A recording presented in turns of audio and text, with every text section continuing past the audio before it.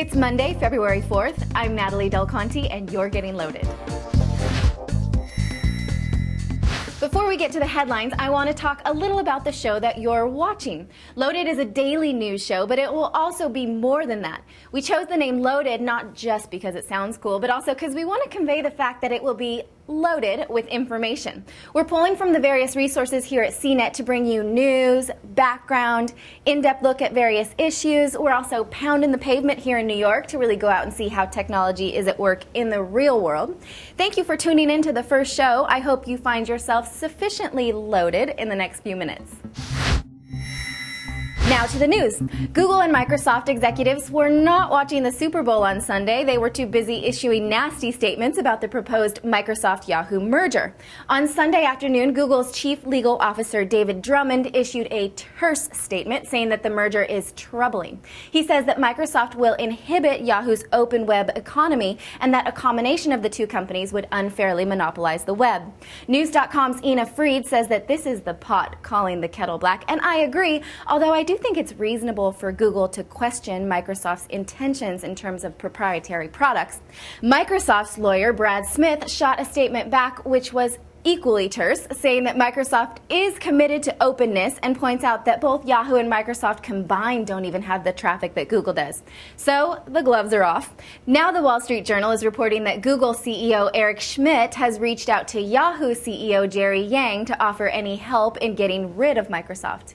How very touching. I have a feeling Yahoo will play the shy bride a bit longer while it weighs all options. Meanwhile, pull up a chair and be prepared to watch a Microsoft-Google fight. They should pay-per-view this one. This all seems like a lot of hullabaloo for a merger that we can't even be sure will actually happen. But assuming it does, how will this change our online lives? News.com's Kara Seboy has the story. Friday morning's announcement of Microsoft's $45 billion bid for Yahoo was all anyone in Silicon Valley could talk about. One concern is the overlapping services that the companies offer. Just to give an example, you have MSN Autos and Yahoo Autos, two really profitable places for them because lots of people come to there, lots of advertisers. If they merge those things together, what happens is that a 1 + 1 = 2? Is it a 3, or is it actually going backwards? In a week, a congressional task force will review the merger, and then from there, it's almost guaranteed to be a long, slow, drawn-out process until any sort of outcome is reached. Kara Seboy, CNETnews.com. For Kara's full story, go to news.com. If you missed any part of the Super Bowl, you can relive the best part of it, the commercials of course, through MySpace. The company has a profile page for Super Bowl ads that was created in collaboration with Fox. You can find it at myspace.com/Super Bowl ads, and you'll see the commercials there parsed out by quarter. My favorite one so far is the talking babies for E-Trade. A lot of people are like, aren't you too young to invest in the markets? And, don't worry about it. I just look young.